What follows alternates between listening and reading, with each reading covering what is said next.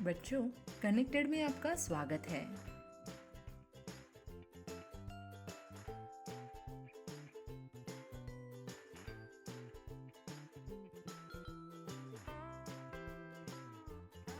बच्चों, आज हम समकालीन विश्व में लोकतंत्र पाठ पढ़ेंगे। इस पाठ में हम लोकतंत्र के बारे में पढ़ेंगे, कैसे लोकतंत्र पिछले 100 वर्षों में दुनिया के ज़्यादा से ज़्यादा देशों में फैलता गया है। दुनिया के स्वतंत्र देशों में से आधे से अधिक में आज लोकतंत्र है। बच्चों, लोकतंत्र का फैलाव बहुत सरलता से और एक जैसे रूप में नहीं हुआ है। विभिन्न देशों में इसने काफ़ी सारे उतार चढ़ाव देखे हैं। आज भी लोकतंत्र की स्थिरता के प्रति लोगों में संदेह है। हम दुनिया के विभिन्न हिस्सों में लोकतांत्रिक व्यवस्था के बनने बिगड़ने की कहानियां इस वीडियो में देखेंगे। आप लोकतांत्रिक शासन के होने का अर्थ जानेंगे। आइए बच्चों, दक्षिण अमेरिका महाद्वीप के एक प्रमुख देश चिली की राष्ट्रपति सल्वाडोर आयेंदे द्वारा 11 सितंबर 1973 की सुबह दिए गए आखिरी भाषण के अंश से पाठ की शुरुआत करते हैं। तो ये भाषण कुछ ऐसे है। मेरे मुल्क के मेहनतकश मजदूरों, चिली और इसका भविष्य बहुत ही अच्छा है। इस बात का मुझे पूरा भरोसा है। जब देशद्रोह करने वाली ताकतें अपनी सत्ता पूरी तरह कायम कर लेंगी, तब भी चिली के लोग उस मुश्किल और अंधियारे दौर से पार पा लेंगे। हमें यह कभी नहीं भूलना चाहिए कि देर सवेर वो स्थितियाँ बनेंगी ही जिसमें आज़ाद लोग एक बेहतर समाज की रचना के लिए आगे बढ़े। चिली जिंदाबाद, चिलीवासी जिंदाबाद, मजदूर जिंदाबाद। ये मेरे आखिरी शब्द हैं और मुझे पूरा भरोसा है कि मेरी कुर्बानी बेकार नहीं जाएगी और मैं महाअपराध, कायरता और देशद्रोह के खिलाफ एक नैतिक सबक बनकर मौजूद रहूंगा। इसी भाषण के बाद फौज ने उनकी सरकार का तख्ता पलट कर दिया। आयेंदे चिली की सोशलिस्ट पार्टी के संस्थापक थे और उन्होंने पॉपुलर यूनिटी नामक गठबंधन का नेतृत्व किया। राष्ट्रपति के रूप में चुने जाने के बाद से आयेंदे ने गरीबों और मजदूरों के फायदे वाले अनेक कार्यक्रम शुरू कराए थे। इनमें शिक्षा प्रणाली में सुधार, बच्चों को मुफ्त दूध बांटना और भूमिहीन किसानों को जमीन बांटने के कार्यक्रम शामिल थे। उनका राजनीतिक गठबंधन विदेशी कंपनियों द्वारा देश से तांबा जैसी प्राकृतिक संपदा को बाहर ले जाने के खिलाफ था। उनकी जातियों को मुल्क में चर्च, जमींदार वर्ग और अमीर लोग पसंद नहीं करते थे। अन्य राजनीतिक पार्टियां इन नीतियों के खिलाफ थीं।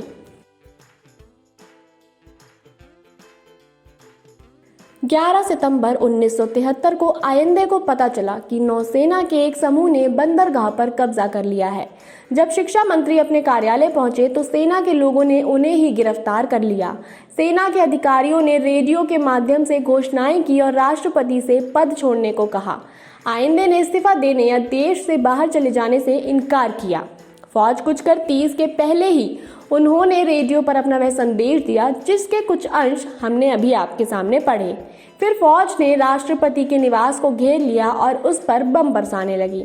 इस फौजी हमले में राष्ट्रपति आयेंदे की मौत हो गई। अपने आखिरी भाषण में वे इसी कुर्बानी की बात कर रहे थे। 11 सितंबर 1973 को चिली में जो कुछ हुआ उसे सैनिक तख्तापलट कहते हैं। इस बगावत की अनुयायी जनरल ऑगस्टो पिनोशे कर रहे थे। अमेरिका की सरकार आयेंदे के शासन से खुश नहीं थी। उसने तख्तापलट करने वालों की गतिविधियों में मदद की, उनके लिए पैसे उपलब्ध कराए। तख्तापलट के बाद पिनोशे मुल्क के राष्ट्रपति बन बैठे और उन्होंने 17 वर्षों तक राज किया। पिनोशे की सरकार ने आयेंदे के समर्थकों और लोकतंत्र को मांग करने वालों का दमन किया, उनकी हत्या कराई। इनमें चिली की वायुसेना के प्रमुख जनरल अल्बर्टो बैशेले और अनेक वे फौजी अधिकारी शामिल थे जिन्होंने तख्तापलट में शामिल होने से इनकार किया था। जनरल बैशेले की पत्नी और बेटी को भी जेल में डालकर काफी प्रताड़ित किया गया।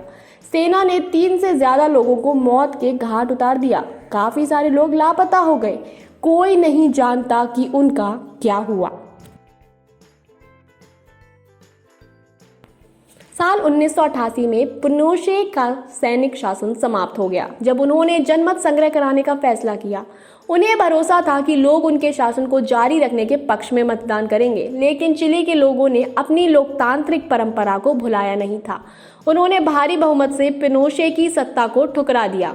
इससे पिनोशे की राजनीतिक सत्ता और फिर सैनिक सत्ता भी चली गई। अपने आखिरी भाषण में आयंदे ने जो उम्मीद जाहिर की थी वो सही साबित हुई। चिली की जनता ने कायरता और देशद्रोह करने वाले अपराधियों को उनके किए की सजा दे दी।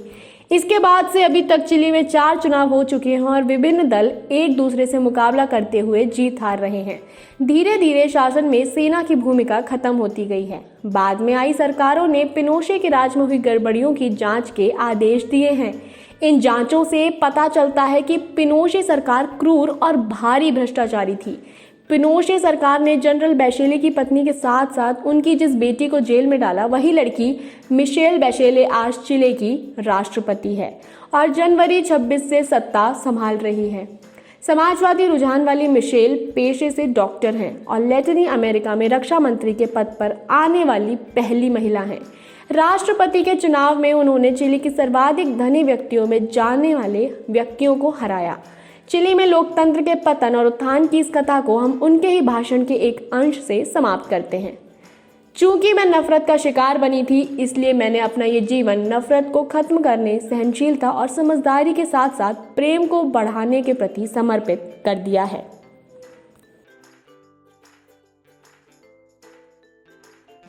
आइए बच्चों, अब हम 1998 में पोलैंड में घटी एक घटना देखते हैं। उस समय पोलैंड पर जारूजेलेस्की के नेतृत्व में पोलिश यूनाइटेड वर्कर्स पार्टी की शासन चल रही थी। ये उन साम्यवादी दलों में से एक था जो तब पूर्वी यूरोप के अनेक देशों पर शासन करते थे। इन देशों में किसी अन्य राजनीतिक दल को राजनीति में भाग लेने की अनुमति नहीं थी। लोग साम्यवादी शासन या दल के पदाधिकारियों का चुनाव अपनी इच्छा से नहीं कर सकते थे। नेताओं या पार्टी या सरकार के खिलाफ आवाज उठाने वालों को जेल में डाल दिया जाता था। पोलैंड की सरकार को एक बड़े साम्यवादी देश सोवियत संघ का समर्थन हासिल था और वही इस पर नियंत्रण भी करता था। 14 अगस्त 198 को गंडासक शहर स्थित लेनिन जहाज सरकारी कारखाने के मजदूरों ने हड़ताल की। पोलैंड के सारे कारखाने और बड़ी संपत्तियां सरकारी थीं। मजदूरों ने एक क्रेन चालक महिला को गलत ढंग से नौकरी से निकाले जाने के खिलाफ हड़ताल शुरू की। उनकी मांग थी कि इस महिला को काम पर वापस लिया जाए। कानून के अनुसार हड़ताल की इजाजत नहीं थी क्योंकि देश में शासक दल से अलग किसी स्वतंत्र मजदूर संघ की अनुमति नहीं थी। हड़ताल जारी रही और फिर पहले काम से निकाला गया एक इलेक्ट्रीशियन बंदरगाह की दीवार लांघकर अंदर पहुंचा और हड़ताली कर्मचारियों के संग हो गया। इस आदमी का नाम था लेख वॉलेशा और बहुत जल्द ही यह हड़ताली कर्मचारियों का नेता बन गया। हड़ताल को समर्थन मिलता गया और जल्द ही ये पूरे शहर में फैल गई। अब मजदूरों ने ज्यादा बड़ी मांगे करनी शुरू कर दी थी। उन्होंने स्वतंत्र मजदूर संघ बनाने की मांग की। उन्होंने यह भी मांग की कि राजनीतिक बंदियों को रिहा किया जाए और प्रेस पर लगी सेंसरशिप हटाई जाए। यह आंदोलन इतना लोकप्रिय हो गया कि सरकार को हार माननी पड़ी। लेक वॉलेशा के नेतृत्व में मजदूरों ने सरकार के साथ 21 सूत्री करार किया और हड़ताल खत्म हुई। गंडासक संधि के बाद एक नया मजदूर संगठन सोलिडरनोस्क, जिसे अंग्रेजी में सोलिडेरिटी कहते हैं, वो बना। किसी भी साम्यवादी देश में पहली बार एक स्वतंत्र मजदूर संघ का गठन हुआ।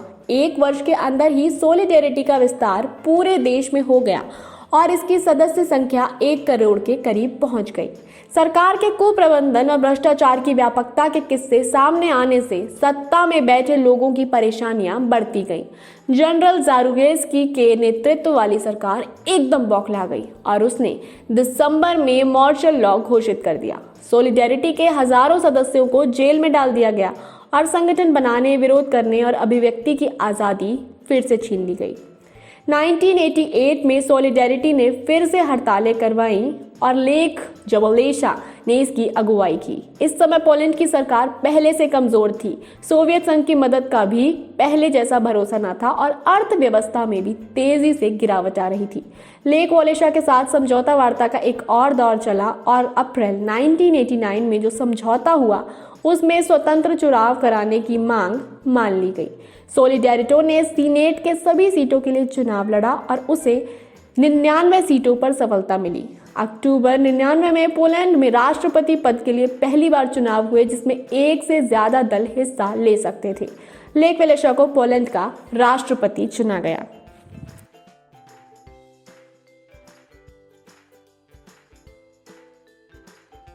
बच्चों, हमने अभी 2 तरह के सच्चे किस्सों को पढ़ा।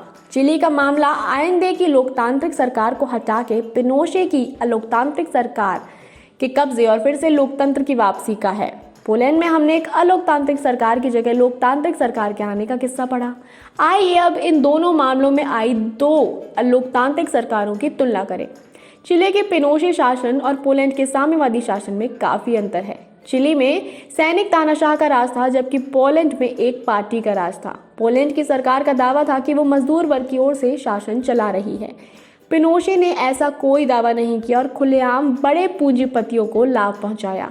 बच्चों, इनमें कुछ समानताएं भी थीं, जैसे लोग अपने शासकों का चुनाव या उसमें बदलाव नहीं कर सकते थे। किसी को अपने विचार व्यक्त करने, संगठन बनाने, विरोध करने, राजनीतिक गतिविधियों में हिस्सा लेने की भी वास्तविक आज़ादी नहीं थी।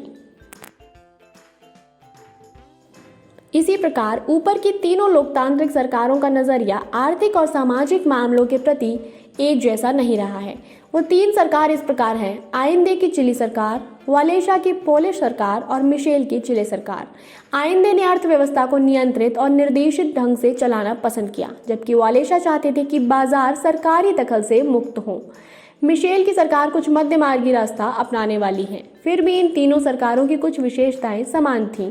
यहाँ लोगों द्वारा चुनी गई सरकारें ही शासन चला रही थीं। बिना चुने हुए नेता या बाहर से संचालित शक्तियां या फौज शासन नहीं चला रही थी। लोगों को विभिन्न प्रकार की बुनियादी राजनीतिक स्वतंत्रता हासिल थी। बच्चों, आप जानते हैं कि लोकतंत्र में ये व्यवस्था रहती है कि लोग अपनी मर्जी की सरकार चुने। लोकतंत्र में सिर्फ लोगों द्वारा चुने गए नेताओं को ही देश पर शासन करना चाहिए। लोगों को अभिव्यक्ति की आज़ादी, संगठन बनाने और विरोध करने की आज़ादी इसमें जरूरी है। बच्चों, अभी तक हमने जिन सरकारों का जिक्र किया है उनके गुण दोषों को एक सारणी में दर्ज कीजिए। बच्चों, जो कथाएं इस अध्याय में हम पढ़ते आ रहे हैं, 20वीं सदी की दुनिया के इतिहास में वैसी बहुत कथाएं हैं, जैसे लोकतंत्र आने की, लोकतंत्र को मिलने वाली चुनौतियों की, सैनिक तख्तापलटों की, लोकतंत्र बहाल करने के लिए लोगों की संघर्ष की आदि। लोकतंत्र की तरफ जाने और उसके रास्ते में आने वाली परेशानियों में क्या कोई स्पष्ट संकेत या प्रवृत्ति भी दिखाई देती है? बच्चों, नीचे दिए गए नक्शों को गौर से देखिए और ये जानने की कोशिश कीजिए कि 20वीं सदी में जिस तरह से लोकतांत्रिक व्यवस्था का विस्तार और विकास हुआ है, उसमें कोई स्पष्ट धारा या प्रवृत्ति दिखाई देती है या नहीं। पहले नक्शे में द्वितीय विश्व युद्ध के थोड़े ही समय बाद 195 तक लोकतांत्रिक शासन व्यवस्था वाले देशों को दर्शाया गया है। इस नक्शे में ऐसे देश भी शामिल हैं जहां सन 79 तक लोकतांत्रिक व्यवस्था कायम हो चुकी थी। दूसरा नक्शा सन 1975 का है। तब तक दुनिया के अधिकांश उपनिवेशों को राजनीतिक आज़ादी मिल गई थी। आखिर में 21वीं सदी की शुरुआत में सन 2 का नक्शा है।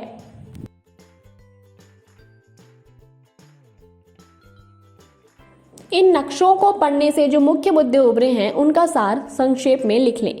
पूरी 20वीं सदी में लोकतंत्र का विस्तार हुआ है। क्या यह कहना सही होगा कि इन नक्शों में हर बिंदु पर यह दिखता है कि काल के पिछले पड़ाव की तुलना में लोकतांत्रिक व्यवस्था मानने वाली संख्या बढ़ती गई है? लोकतंत्र का विस्तार दुनिया के सभी हिस्सों में एक समान नहीं हुआ है। यह पहले देशों कुछ हिस्सों में स्थापित हुआ और फिर इसका विस्तार अन्य क्षेत्रों में हुआ। 1900 और 195 में किस महादेश के सबसे ज्यादा देशों में लोकतांत्रिक व्यवस्थाएं थीं और किस महादेश में तब लोकतंत्र के बारे में बहुत से लोग जानते नहीं थे? आज दुनिया के अधिकांश देशों में लोकतंत्र है, पर अभी भी काफी बड़े हिस्से ऐसे हैं जहां लोकतंत्र नहीं है। सन 2 तक लोकतांत्रिक व्यवस्था न अपनाने वाले ज्यादातर देश दुनिया के किन किन हिस्सों में अवस्थित हैं?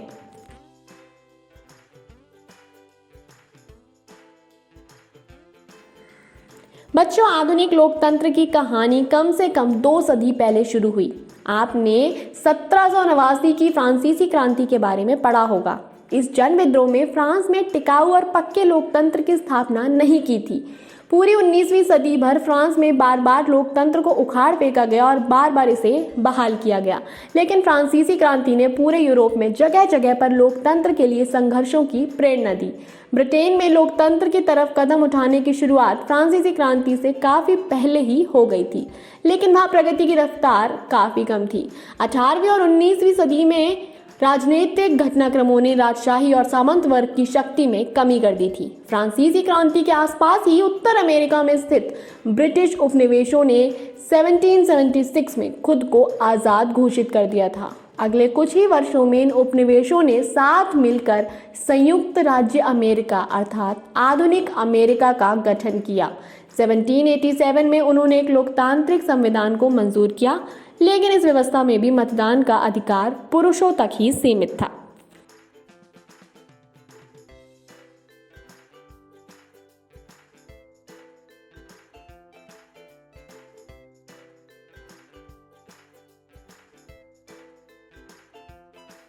उन्नीसवीं सदी में लोकतंत्र के लिए होने वाले संघर्ष अक्सर राजनीतिक समानता, आज़ादी और न्याय जैसे मूल्यों को लेकर ही होते थे।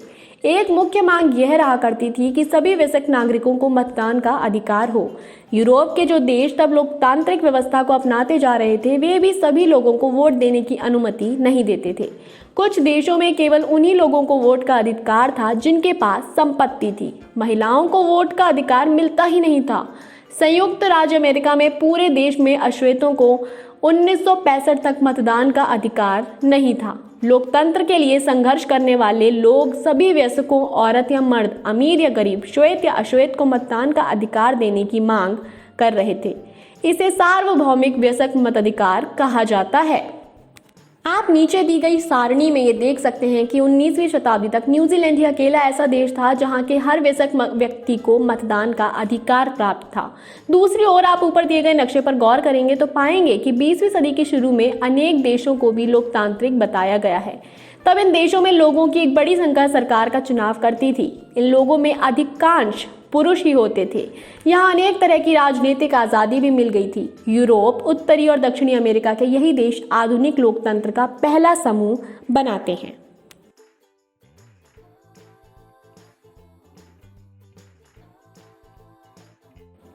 बच्चों, काफी लंबे समय तक एशिया और अफ्रीका के अधिकांश देश यूरोपीय राष्ट्रों के उपनिवेश बने रहे। इन परतंत्र देशों के लोगों को आज़ादी पाने के लिए संघर्ष करना पड़ा।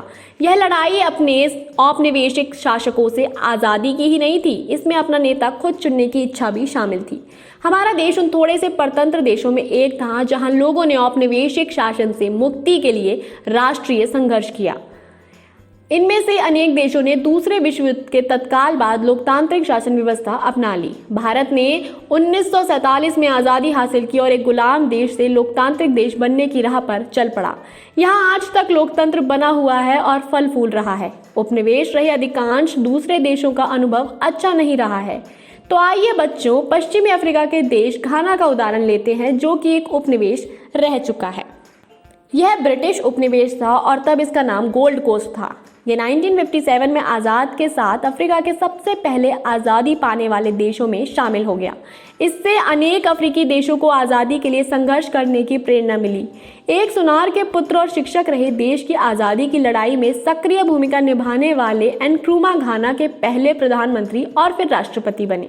वे जवाहरलाल नेहरू के मित्र और अफ्रीका में लोकतंत्रवादियों के लिए एक प्रेरणा पुरुष थे, लेकिन वे नेहरू के नक्शे कदम पर नहीं चल पाए। उन्होंने अपने आप को आजीवन राष्ट्रपति के रूप में चुनवा लिया, लेकिन थोड़े समय बाद ही 1966 में सेना ने उनका तख्ता पलट कर दिया। घाना की तरह ही अधिकांश अफ्रीकी देशों का रिकॉर्ड कमोबेश इसी तरह का रहा। जिन्होंने आज़ादी के बाद लोकतांत्रिक शासन व्यवस्था अपनाई थी, वहां लोकतंत्र लंबे समय तक नहीं चल पाया।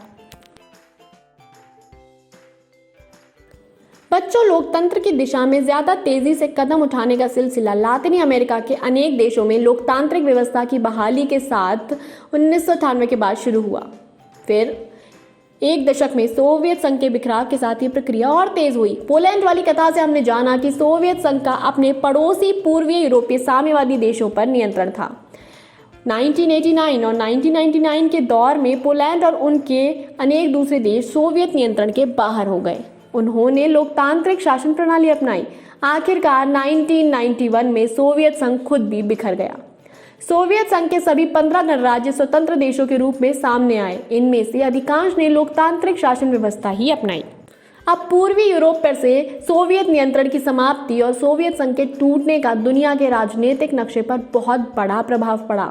इस अवधि में भारत के पड़ोस में भी काफी अस्थायी बदलाव हुए। जैसे 99 के दशक में ही पाकिस्तान और बांग्लादेश में सैनिक शासन की जगह लोकतंत्र का आगमन हुआ। नेपाल में राजा ने अपने अनेक अधिकार चुने हुए प्रतिनिधियों की सरकार को सौंपे और खुद संवैधानिक प्रमुख बने रहे।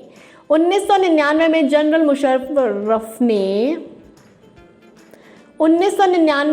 मुशर्रफ ने पाकिस्तान में फिर से सैनिक शासन कायम कर लिया।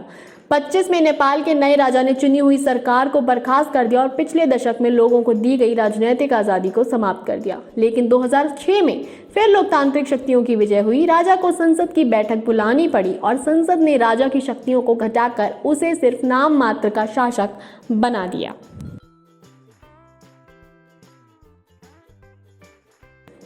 इस अवधि में नित नए देशों में लोकतांत्रिक व्यवस्था कायम होने और उसकी चाह बढ़ने की प्रवृत्ति ही प्रमुख रही। यह दौर अभी भी जारी है। सन 25 तक करीब 14 देशों में बहुदलीय प्रणाली के तहत चुनाव कराए जाते थे। यह संख्या पहले कभी भी इतनी नहीं रही। पहले अलोकतांत्रिक रहे 8 से ज्यादा देश 98 के बाद से लोकतांत्रिक व्यवस्था की तरफ बढ़े हैं। लेकिन आज भी अनेक देशों में लोग ना तो अपने विचारों को मुक्त भाव से व्यक्त कर सकते हैं और ना ही वे अपना नेता चुन सकते हैं। वे अपने वर्तमान और भविष्य के बारे में बड़े फैसले भी नहीं ले सकते। म्यांमार, जिसे पहले बर्मा कहा जाता था, इसका अच्छा उदाहरण है। यह सन 1948 में ही औपनिवेशिक शासन से आज़ाद हुआ और इसने लोकतंत्र को अपनाया। लेकिन 1962 में सैनिक तख्तापलट से लोकतंत्र का अंत हो गया। फिर लगभग 3 वर्षों बाद पहली बार चुनाव करा गए। आंग सान सू की अगुवाई वाली नेशनल लीग फॉर डेमोक्रेसी ने चुनाव जीते, पर म्यांमार के फौजी शासकों ने सत्ता छोड़ने से इनकार कर दिया और चुनाव परिणामों को मान्यता नहीं दी, बल्कि उन्होंने सूची समेत चुने हुए लोकतंत्र समर्थक नेताओं को गिरफ्तार कर जेल में डाल दिया या उनके घर में ही उन्हें नजरबंद कर दिया। बहुत छोटी राजनीतिक गतिविधियों के लिए भी लोगों को पकड़कर जेल की सजा दी गई। यहाँ सरकार के खिलाफ सार्वजनिक रूप से बोलने या बयान जारी करने वाले किसी भी व्यक्ति को 20 वर्ष तक की जेल की सजा हो सकती है। म्यांमार की फौजी सरकार की ज्यादतियों से तंग आकर वहाँ के 6 से 1 लाख लोगों ने अपना घर बार छोड़ दिया और दूसरी जगहों पर शरणार्थी बनकर रह रहे हैं। नजरबंदी की सजा झेलने के बावजूद सूची ने लोकतंत्र के लिए अपना अभियान जारी रखा है। उनके अनुसार बर्मा में लोकतंत्र की मुहिम वहां के लोगों का विश्व समुदाय के स्वतंत्र और बराबरी के सदस्य के रूप में पूर्ण और सार्थक जीवन जीने का संघर्ष है।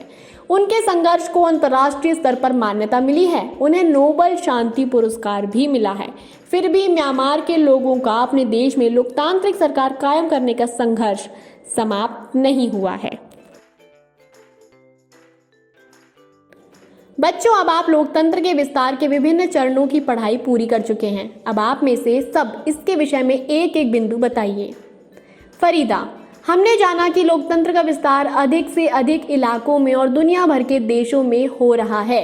राजेश, हाँ, हम आज पहले से बेहतर दुनिया में रह रहे हैं। ऐसा लगता है कि हम विश्व की लोकतंत्र की तरफ बढ़ रहे हैं। सुष्मिता, विश्व लोकतंत्र, क्या बात कर रहे हो? मैंने टीवी में देखा कि बिना किसी उचित कारण से अमेरिका ने इराक पर हमला कर दिया। इराक के लोगों की राय कभी भी नहीं जानी गई। तुम इसे विश्व लोकतंत्र किस तरह कह सकते हो?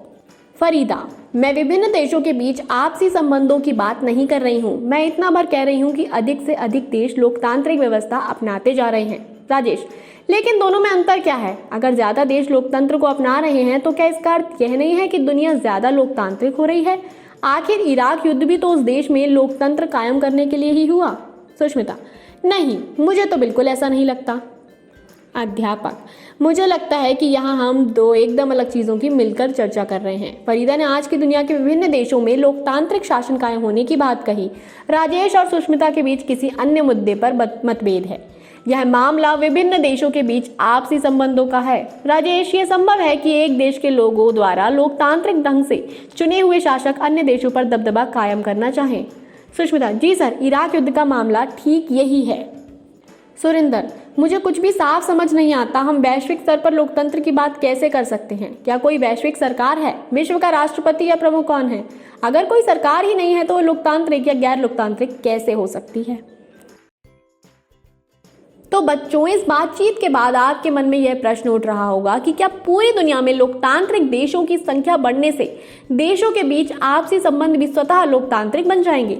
लेकिन इस सवाल पर विचार करने से पहले सुरेंद्र द्वारा उठाए गए मुद्दे पर विचार करें। सुरेंद्र का कहना है कि सभी देशों की सरकारें हैं, लेकिन दुनिया की कोई एक सरकार नहीं है जिसके द्वारा बनाए गए कानून दुनिया भर के लोगों पर लागू होते हों। अगर ऐसी कोई सरकार नहीं है, अगर ऐसा कोई शासक नहीं है, कोई शासित नहीं है, तो हम लोकतंत्र की दो बुनियादी विशेषताओं को यहाँ कैसे लागू करेंगे? सुरेंद्र की शंका सामान्य ढंग से ठीक है, पर हम यह नहीं कह सकते कि यहाँ लोकतंत्र का सवाल नहीं उठता। कोई एक विश्व सरकार नहीं है, पर दुनिया में कई ऐसी संस्थाएं हैं जो आंशिक रूप में ऐसी सरकार के कुछ काम करती हैं। ये संगठन विभिन्न देशों और लोगों पर उस तरह का नियंत्रण नहीं रख सकते जैसा कि कोई सरकार रख सकती है, लेकिन वे ऐसे नियम बनाती हैं जो सरकारों के कामकाज की सीमा तय करते हैं, उनके लिए दिशा निर्देश देते हैं।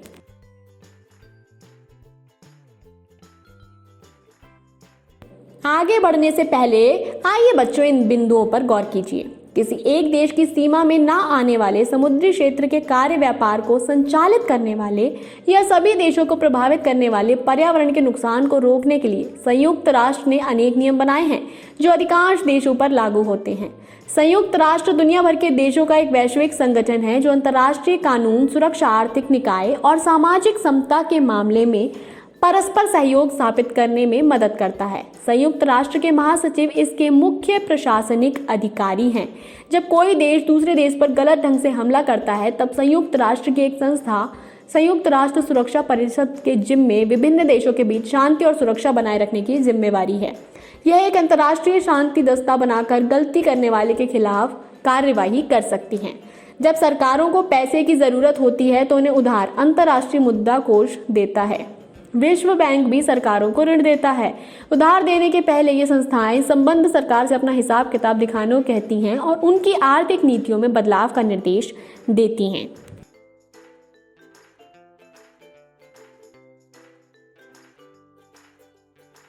बच्चों, हमने देखा कि विश्व स्तर पर अनेक ऐसी संस्थाएं हैं जो कुछ ऐसे काम करती हैं जिन्हें कोई भी विश्व सरकार करती। तो आइए जानते हैं कि ये संस्थाएं खुद कितनी लोकतांत्रिक हैं, और इस बात को जांचने का सबसे अच्छा पैमाना ये है कि खुद को प्रभावित करने वाले फैसलों में इन संस्थाओं के सदस्य देशों को किस हद तक स्वतंत्रता और बराबर की भागीदारी मिली है।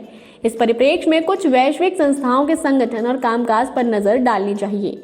संयुक्त राष्ट्र के सभी 93 सदस्य देशों, ये हम आपको सितंबर 2012 की स्थिति के अनुसार बता रहे हैं, को संयुक्त राष्ट्र महासभा में एक वोट मिला हुआ है। संयुक्त राष्ट्र महासभा की बैठक सदस्य देश के प्रतिनिधियों द्वारा चुने गए अध्यक्ष की अगुवाई में हर साल चलती है। महासभा में सभी तरह की चर्चाएं होती हैं। इस हिसाब से संयुक्त राष्ट्र बहुत ही लोकतांत्रिक संगठन लगेगा, लेकिन विभिन्न देशों के बीच टकराव की स्थिति में महासभा कोई कार्यवाही नहीं कर सकती।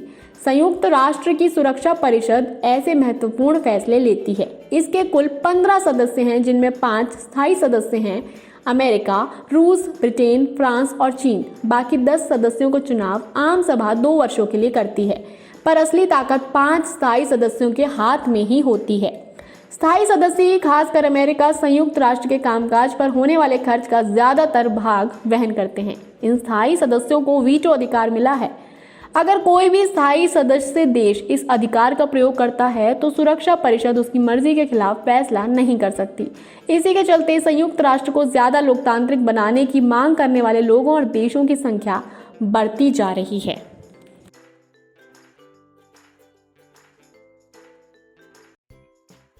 बच्चों, अंतर्राष्ट्रीय मुद्रा कोष दुनिया के किसी भी देश को उधार और ऋण देने वाली सबसे बड़ी संस्था है, पर इसके सभी 88 सदस्य देशों को समान मताधिकार प्राप्त नहीं है। हर देश इस कोष में जितने धन का योगदान करता है, उसी अनुपात में उसके वोट का वजन भी तय होता है। मुद्रा कोष के 52% से अधिक वोटों पर सिर्फ 10 देशों यानी America, Japan, Germany, France, Britain, चीन, इटली, सऊदी अरब, कनाडा और रूस का अधिकार है। बाकी 178 सदस्य इस अंतर्राष्ट्रीय संगठन के फैसले को ज्यादा प्रभावित करने की स्थिति में नहीं है।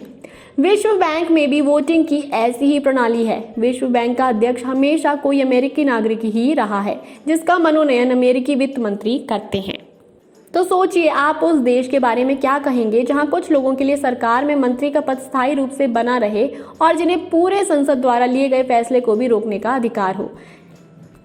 या फिर उस संसद के बारे में जहां के सिर्फ 5% सदस्य ही बहुमत की राय को पलट देने या रोक देने में सक्षम हो? क्या आप इनको लोकतांत्रिक कहेंगे? राष्ट्रीय सरकारों के लोकतांत्रिक होने ना होने के लिए हम जिस सरल कसौटी का प्रयोग करते हैं, अधिकांश वैश्विक संस्थाएं उस पर खरी नहीं उतरती। अगर वैश्विक संस्थाएं लोकतांत्रिक नहीं हैं, तो क्या वह कम से कम पहले की तुलना में ज्यादा लोकतांत्रिक हो रही हैं? इस बात के भी कोई बहुत उत्साहवर्धक संकेत नहीं दिखते। दरअसल विभिन्न राष्ट्र तो पहले ही तुलना में ज्यादा लोकतांत्रिक हो रहे हैं, पर अंतर्राष्ट्रीय संगठनों में लोकतांत्रिक चरित्र में कमी आती जा रही है। 20 साल पहले दुनिया में 2 महाशक्तियां थीं, अमेरिका और सोवियत संघ। इन 2 महाशक्तियों और उनके पीछे रहने वाले देशों के समूहों की प्रतिद्वंदित्व और टकराव से इन सभी वैश्विक संगठनों का शक्ति संतुलन ज्यादा बेहतर रहा करता था। सोवियत संघ के पतन के बाद अमेरिका दुनिया की एकमात्र महाशक्ति लगता है। यह अमेरिकी प्रभुत्व अंतर्राष्ट्रीय संस्थाओं के कामकाज को प्रभावित करता है। यह कहने का ऐसा कोई अर्थ नहीं निकलना चाहिए कि वैश्विक लोकतंत्र की जरूरत नहीं है या इस दिशा में कोई भी प्रगति नहीं हो रही है। जरूरत तो उन लोगों की तरफ से पैदा की जा रही है जो विभिन्न कारणों से आज एक दूसरे के ज्यादा संपर्क में आ रहे हैं।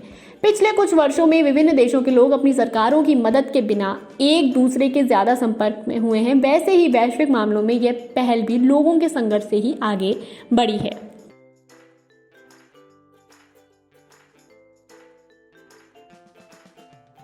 दिए गए दोनों कार्टूनों को आप गौर से देखिए। ये कार्टून वैश्विक लोकतंत्र के बारे में एक मौलिक सवाल उठाते हैं। हाल में दुनिया के ताकतवर देशों, खास तौर से अमेरिका ने शेष दुनिया में लोकतंत्र को बढ़ाने का जिम्मा खुद संभाल लिया है। उनका कहना है कि सिर्फ लोकतांत्रिक मूल्यों के प्रचार से काम नहीं चलेगा। लोकतांत्रिक देशों को उन देशों में लोकतंत्र स्थापित करने के लिए सीधी दखल देनी चाहिए जहां लोकतंत्र नहीं है। कुछ मामलों में तो ताकतवर देशों ने गैर लोकतांत्रिक देशों पर सशस्त्र हमला भी किया है। सुष्मिता यही बात कर रही थी। आइए देखें कि इराक में क्या हुआ। इराक पश्चिमी एशिया का एक देश है और 1932 में यह ब्रिटिश गुलामी से आज़ाद हुआ। 3 दशक बाद यहाँ फौज ने कई सरकारों का तख्ता पलट 1968 से यहाँ अरब सोशलिस्ट बाथ पार्टी, अरबी शब्द बाथ का मतलब होता है पुनर्जागरण, उसका शासन था। बाथ पार्टी के नेता सद्दाम हुसैन ने 1968 के तख्ता पलट में महत्वपूर्ण भूमिका निभाई थी और उसी से यह पार्टी सत्ता में आई। इस सरकार ने पारंपरिक इस्लामी कानूनों को हटाया और औरतों को अनेक ऐसे अधिकार दिए जो अन्य पश्चिमी एशियाई देशों में कहीं नहीं दिए गए थे। 1979 में राष्ट्रपति बनने के बाद से सद्दाम हुसैन ने अपनी तानाशाही चलाई और अपने शासन का विरोध करने वालों का सख्ती से दमन किया। अपने अनेक राजनीतिक विरोधियों की हत्या और जातीय अल्पसंख्यक समुदाय के लोगों का नरसंहार कराने के लिए भी वे कुख्यात हुए। अमेरिका और ब्रिटेन आदि उसके सहयोगी देशों ने आरोप लगाया कि इराक के पास गुप्त परमाणु हथियार और जनसंहार के हथियार हैं और इनसे दुनिया को बहुत खतरा है। लेकिन जब संयुक्त राष्ट्र ने यह जांचने के लिए अपनी विशेषज्ञ टीम इराक भेजी तो उस टीम को कोई भी ऐसे हथियार नहीं मिले। फिर भी 23 में अमेरिका और उसके साथी देशों ने इराक पर हमला किया और उस पर कब्जा कर लिया और सद्दाम हुसैन को सत्ता से हटा दिया। अमेरिका ने अपनी पसंद की अंतरिम सरकार बनवा दी। इराक के खिलाफ युद्ध को सुरक्षा परिषद ने भी मंजूरी नहीं दी थी। संयुक्त राष्ट्र महासचिव कोफी अन्नान ने कहा कि इराक के खिलाफ अमेरिकी युद्ध गैर कानूनी है।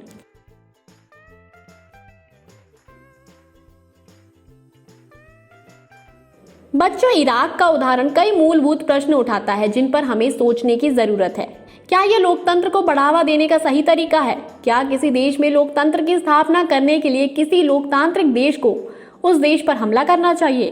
क्या बाहरी सहायता हर मामले में मददगार साबित होती है या वो केवल तभी कारगर होती है जब किसी देश के लोग अपने यहाँ के समाज को लोकतांत्रिक बनाने में संघर्ष में लगे हों? अगर बाहरी दखल से किसी देश में लोकतंत्र कायम भी हो जाता है तो क्या वो टिकाऊ होगा? क्या इसे अपने नागरिकों का समर्थन प्राप्त होगा?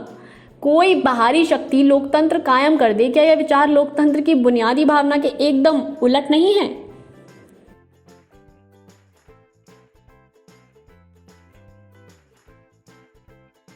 तो बच्चों, इसी के साथ ये पाठ समाप्त हुआ। अब हम इस पाठ के कुछ प्रश्न उत्तर करेंगे। पहला प्रश्न, वीटो क्या है, समझाइए। दूसरा प्रश्न, मार्शल लॉ क्या है।